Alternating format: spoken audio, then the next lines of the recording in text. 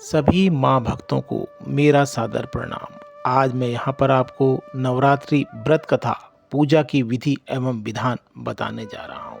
जो भी भक्त इस कथा को सुन रहे हैं वह पूरा ही सुने। कृपया कथा को बीच में छोड़कर ना जाएं। माँ दुर्गा का विशेष आशीर्वाद उनके ऊपर सदा बना रहेगा। श्री दुर्गा पूजा विशेष रूप से वर्ष में 2 बार चैत्र व अश्विनी मास के शुक्ल पक्ष की प्रतिपदा से आरंभ होकर नवमी तक रहती है।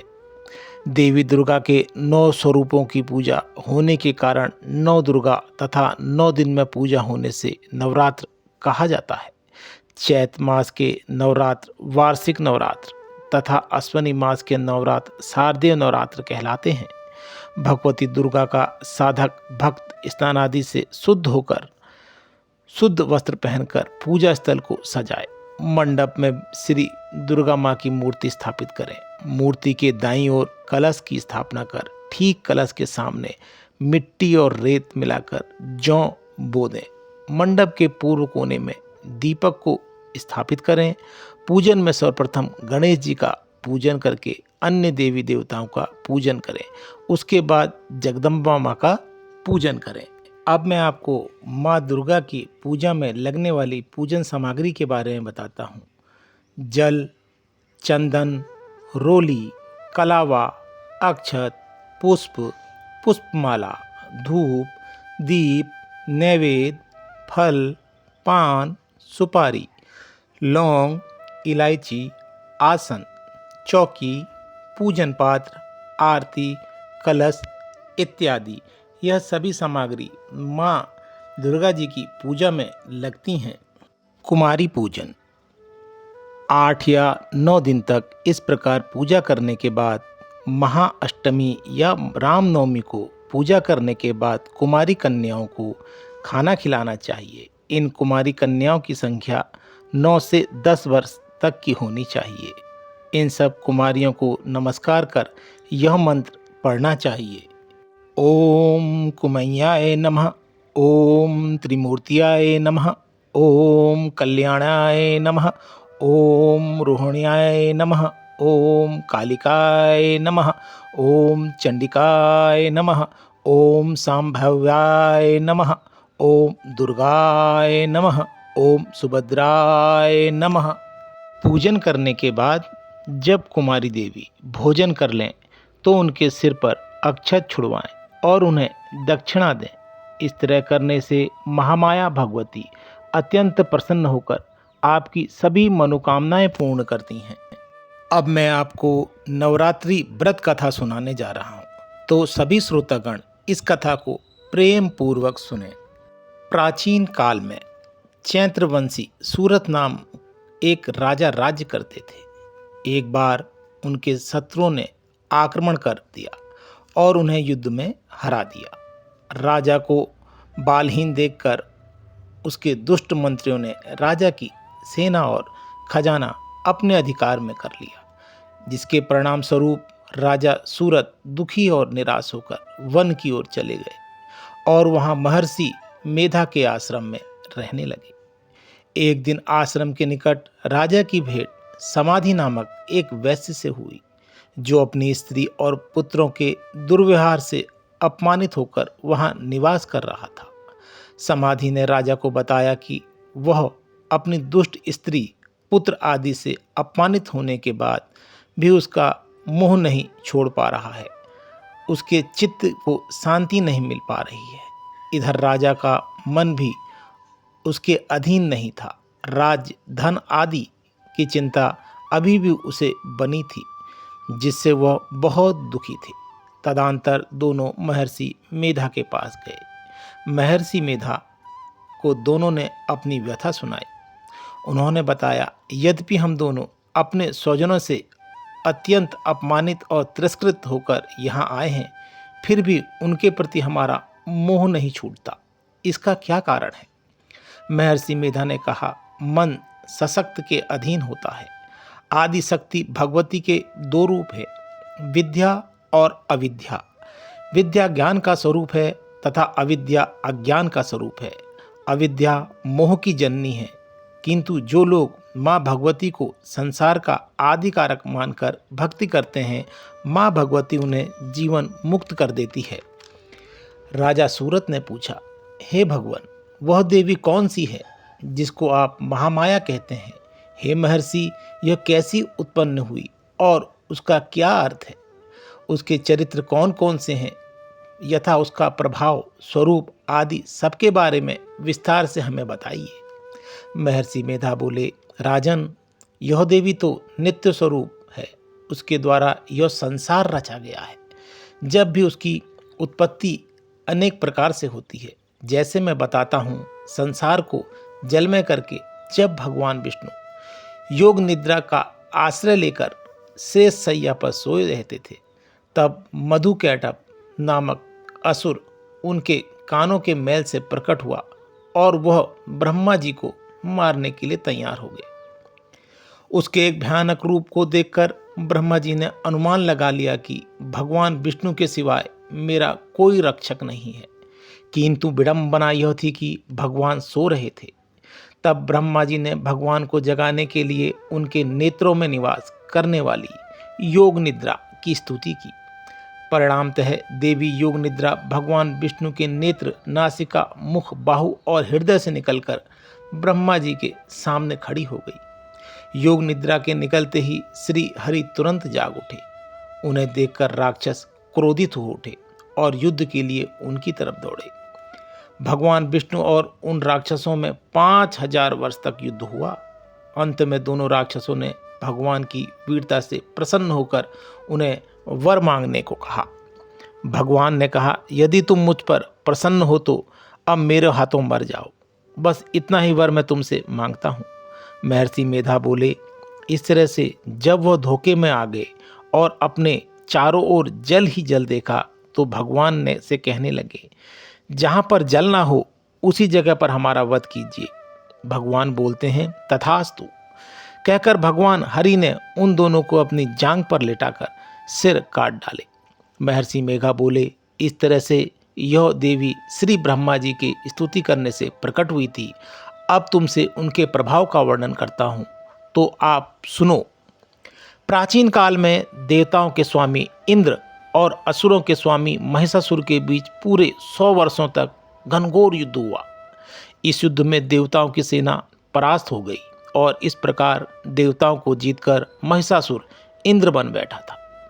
तब हारे हुए देवता श्री ब्रह्मा जी को साथ लेकर भगवान शंकर और भगवान विष्णु जी के पास गए और अपनी हार का सारा वृत्तांत उन्हें सुनाया। उन्होंने महिषासुर के वध के उपाय की प्रार्थना की, साथ ही अपना राज्य वापस पाने के लिए उनकी कृपा की स्तुति की। देवताओं की बातें सुनकर भगवान विष्णु और भगवान शंकर जी को दैत्यों पर बड़ा गुस्सा आया। गुस्से ने भगवान विष्णु के मुंह से बड़ा भारी तेज निकला और उसी तेज भगवान शंकर, ब्रह्मा जी और इंद्र आदि दूसरे देवताओं के मुख से प्रकट हुआ, जिससे 10 दिशाएं जलने लगी। अंत में यही तेज एक देवी के रूप में परिवर्तित हो गया। देवी ने सभी देवताओं से आयुध, शक्ति तथा आभूषण प्राप्त कर उच्च स्तर से गगनभेदी गर्जना की, जिससे समस्त विश्व में हलचल मच गई। पृथ्वी, पर्वत आदि डोल गए। क्रोधित महिषासुर दैत्य सेना लेकर सिंहासन की ओर दौड़ा। उसने देखा कि देवी का प्रवाह तो तीनों लोक में प्रकाशित हो रहा है।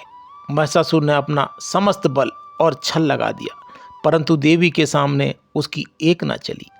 अंत में वह देवी के आगे हाथों मारा गया। आगे चलकर यही देवी ने शंभु निशंभु नामक असुरों का वध करने के लिए गौरी देवी के शरीर से उत्पत्ति हुई। उस समय देवी हिमालय पर विचरण कर रही थी। जब शुंभ निशुंभ के सेवकों ने उस परम रूपी वाली अंबिका देवी को देखा और तुरंत अपने स्वामी के पास जाकर कहा, महाराज, दुनिया के सारे रत्न आपके अधिकार में हैं। वे सब आपके यहाँ शोभा पाते हैं। ऐसी ही एक स्त्री रत्न को हमने हिमालय की पहाड़ियों पर देखा है। आप हिमालय को प्रकाशित करने वाली दिव्य क्रांति युक्त इस देवी का वर्ण कीजिए। यह सुनकर दैत्यराज शुंभ व सुग्रीव को अपने दूत बनाकर देवी के पास अपना विवाह प्रस्ताव भेजा। देवी ने प्रस्ताव को ना मानकर कहा, जो मुझसे युद्ध में जीतेगा मैं उससे विवाह करूंगी। यह सुनकर असुर के क्रोध का पारा बढ़ गया और उसने अपने सेनापति धूम्रलोचन को देवी को पकड़कर लाने का आदेश दे दिया। इस पर धूम्रलोचन 60,000 राक्षसों की एक बड़ी सेना के साथ देवी से युद्ध करने के लिए वहां पहुंचा और देवी को युद्ध के लिए ललकारा। देवी ने सिर्फ अपनी हुंकार से ही उसे भस्म कर दिया और देवी के वाहन सिंह ने बाकी असुर सेना का संहार कर डाला। इसके बाद चंडमुंड नामक दैत्यों को एक बड़ी सेना के साथ युद्ध के लिए भेजा गया। जब असुर देवी को पकड़ने के लिए तलवारें लेकर उसकी ओर बढ़े, तब देवी ने काली का विकराल रूप धारण करके उन पर टूट पड़ी। कुछ ही देर में संपूर्ण दैत्य सेना का नष्ट कर दिया। फिर देवी ने हूँ शब्द कहकर चंड का सिर काटकर अलग कर दिया और फिर मुंड को यमलोक पहुंचा दिया। तब से देवी काली की संसार में चामुंडा के नाम से ख्याति होने लगी। महर्षि मेधा ने आगे बताया, चंडमुंड और सारी सेना के मारे जाने की खबर सुनकर राक्षसी सेना ने देवी और सिंह को चारों ओर से घेर लिया। उस समय दैत्यों के नाश के लिए और देवताओं के हित के लिए समस्त देवताओं की शक्तियां उसके शरीर से निकलकर उन्हीं के रूप में आयुध से सजकर दैत्यों से युद्ध करने के लिए प्रकट होने लगी। इन देव शक्तियों से घिरे हुए भगवान शंकर ने देवी से कहा, मेरी प्रसन्नता के लिए तुम शीघ्र ही इन असुरों को मारो। इसके पश्चात देवी के शरीर से अत्यंत उग्र रूप वाली और सैकड़ों गीदड़ियों के समान आवाज करने वाली चंडिका शक्ति प्रकट हुई।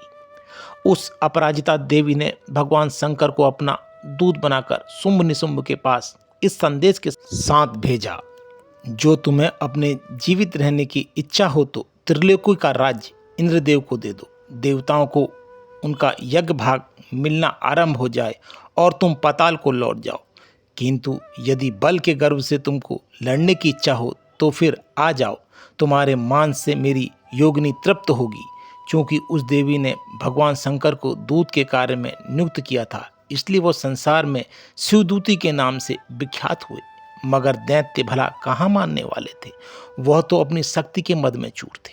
कुछ ही वक्त में देवी ने अपने अस्त्रों शस्त्रों को काट डाला।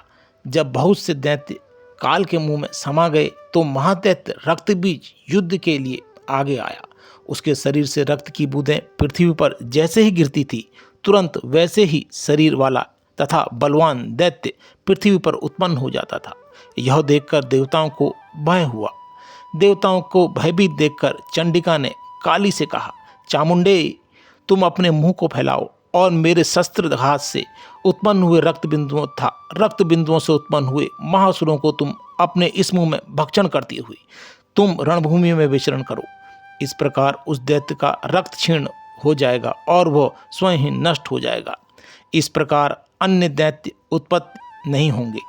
काली से इस प्रकार कहकर चंडिका देवी ने रक्त बीज पर अपने त्रिशूल से प्रहार किया और काली ने अपने मुंह में उसका रक्त ले लिया। काली के मुंह में उस रक्त से जो असुर उत्पन्न हुए उसको उसने भक्षण कर लिया। चंडिका ने उस दैत्य को ब्रज, बाण, खड्ग इत्यादि से मार डाला। महादैत्य रक्त बीज के मरते ही देवता अत्यंत प्रसन्न हुए और माताएं तथा असुरों को रक्त पीने के पश्चात उद्यत होकर नृत्य करने लगी। रक्त बीज के मारे जाने पर शुंभ व निशुंभ को बड़ा क्रोध आया और वो अपनी बहुत बड़ी सेना लेकर महायुद्ध के लिए युद्ध करने चल दिए। महापराक्रमी शुंभ भी अपनी सेना सहित मातृगणों से युद्ध करने के लिए आ पहुंचा, किंतु शीघ्र ही सभी दैत्य मारे गए और देवी ने शुंभ निशुंभ का संहार कर दिया। सारे संसार में शांति हो गई और देवतागण हर्षित होकर देवी की वंदना करने लगे। इन सब उपाख्यानों को सुनकर मेघा ऋषि ने राजा सूरत तथा वाणिक समाधि से देवी स्तवन की विधिवत व्याख्या की। उसके प्रभाव से दोनों नदी के तट पर जाकर तपस्या में लीन हो गए। 3 वर्ष बाद दुर्गा माता ने प्रकट होकर दोनों को आशीर्वाद दिया। इस प्रकार वाणिक तो सांसारिक मोह से मुक्त होकर आत्मचिंतन में लग गया तथा राजा ने शत्रुओं को पराजित कर अपना खोया हुआ राज वैभव पुनः प्राप्त कर लिया। तो भक्तों, यहाँ तक सुनाई गई इस कथा में अगर सुनाने में मेरे द्वारा कोई त्रुटि हुई हो तो मैं उसके लिए क्षमा याचना करता हूँ और माता रानी से प्रार्थना करता हूँ, जिस भक्त ने यह कथा पूरी सुनी हो उसकी झोली धन्य धान से भर देना, उसकी सारी मनोकामनाएं पूर्ण कर देना। जय माता।